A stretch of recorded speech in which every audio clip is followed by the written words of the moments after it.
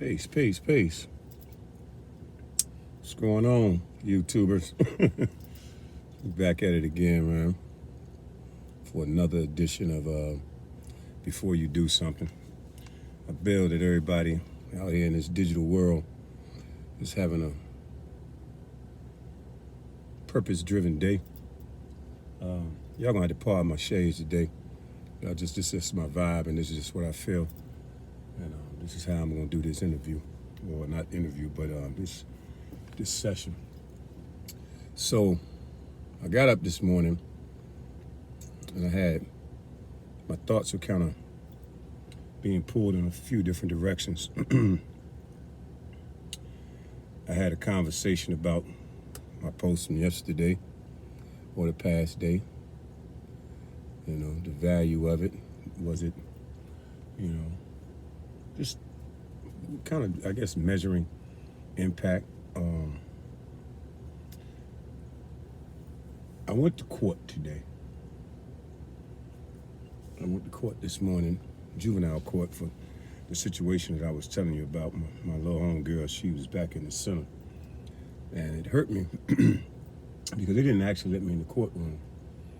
And they did, but only long enough for me to see her walk out. And I got a chance to meet her mother for the first time. And that was deep. I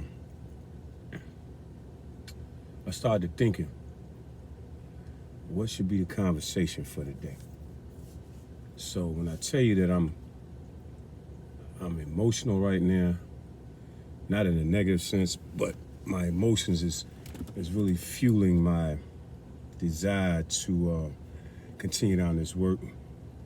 A couple of the staff members from the center, when they seen me there, and I've been there before, but they thanked me for just being present to the kids. And I told them, I said, man, this is what the mission is. This is what the drive is. This is why we doing what we doing. All right. So with that, I started thinking like, all right, now, Prince, was this what you were doing to your mother when you were going through the criminal justice system? The pain, the disappointment,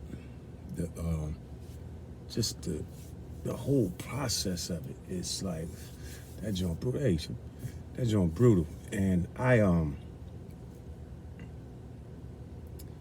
watched the mother's pain today. That joint just hit totally different. That joint hit so hard that I was like, man, did I do that to my moms?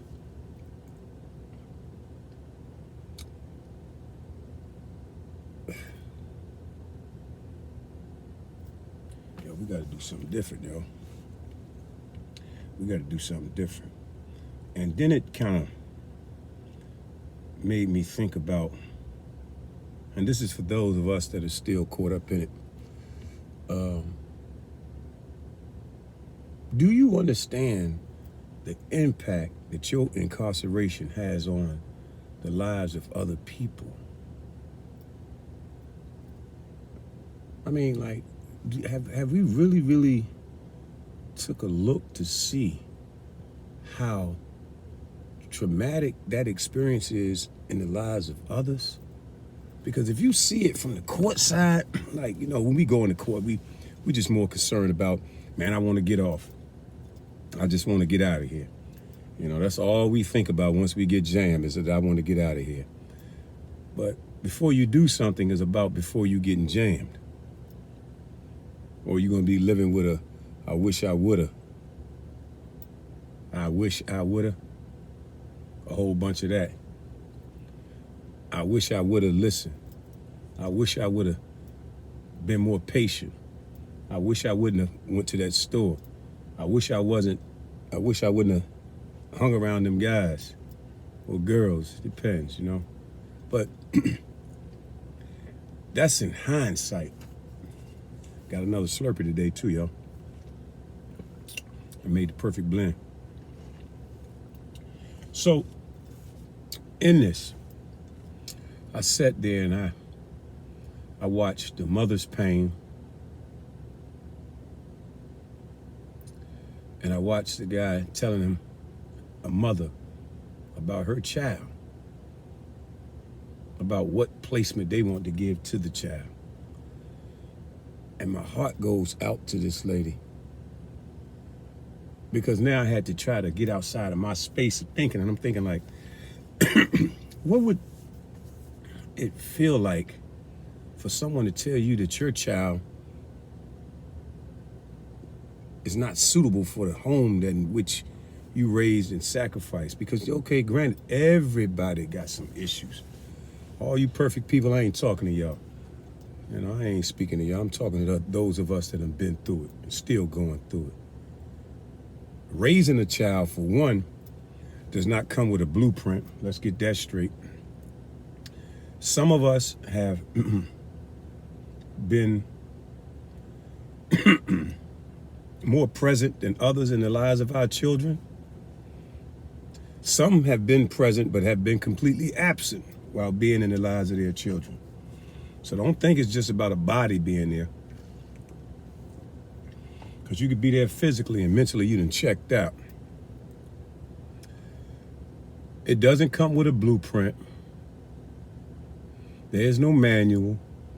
We look to the examples of those who have done it before, but each individual child's needs are different.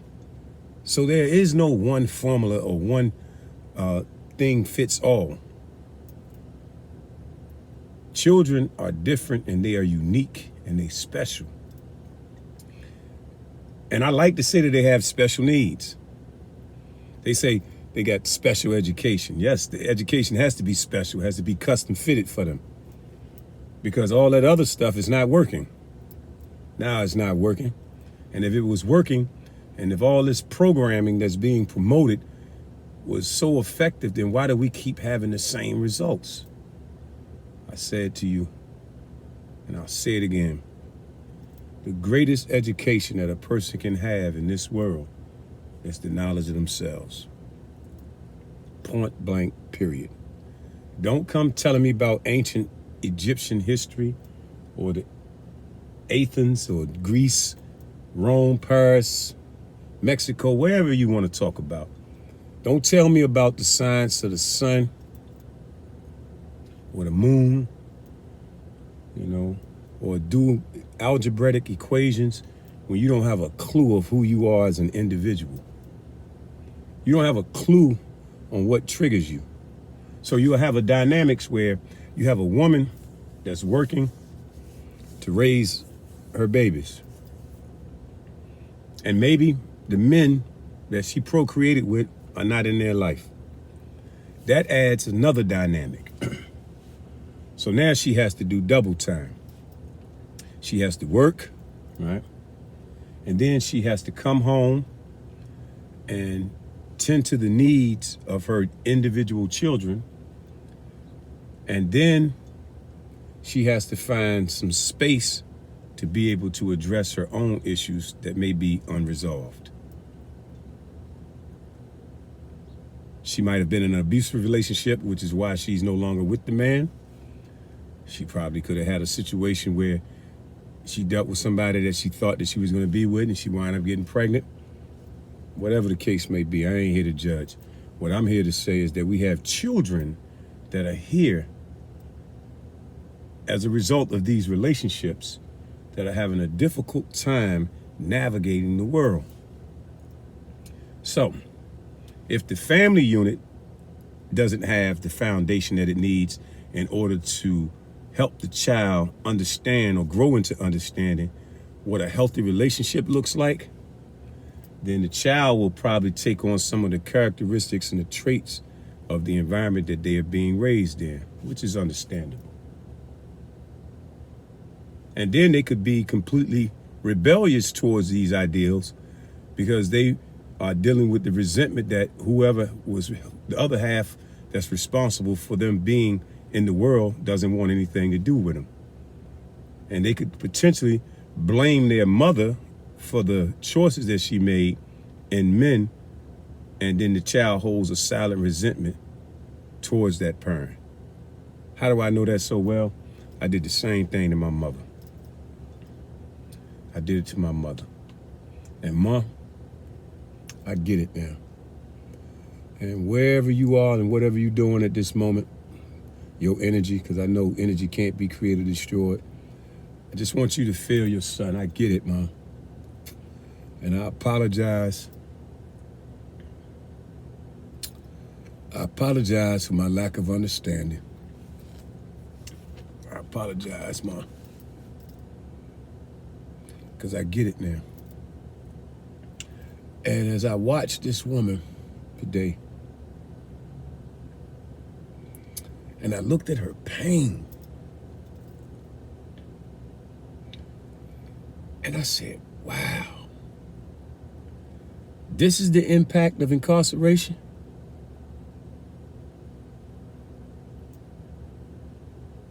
I said, wow, this is what we doing to our parents? Man, I don't even want no parts of that, yo. That's selfish. I gotta put my shades back on. That's selfish. That shows a lack of gratitude, a lack of understanding of the dynamics that exist inside of this person's life.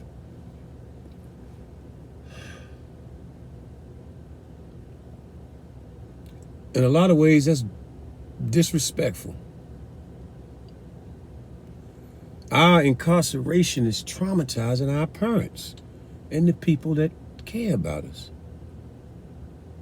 Because when you see these things play out in real time, right? Y'all know how a funeral feels, right?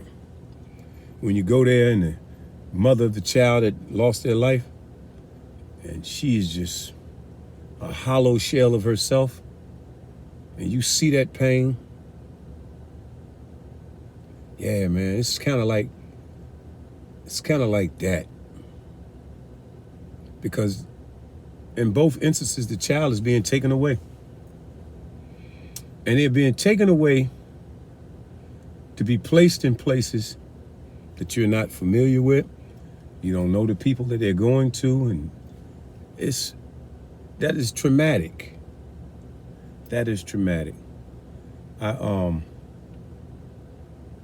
told myself afterwards, I said, you know what, Prince? You're gonna take this and you're gonna convert this into purpose. So you're gonna go record something. You don't gotta release it. I can just record it, just get it off my chest. Cause I'm gonna feel like this today, next week, next month, next year, as long as this reality exists in the lives of young people, right? And then it made me think other people have the solution to your problems. And they'll come as a mediator between you and what you created, right? And it made me think about a degree that we have when it talks about being a maker and an owner, right? We have created conditions and circumstances in our life, right? And inside of these conditions, we have to own up to it, what it is that we created. Bottom line. You know, I guess that's personal accountability, self-responsibility, the courage just to, you know, to confront, you know, yourself in a sense. It's painful to have to experience this and see this stuff play out, right?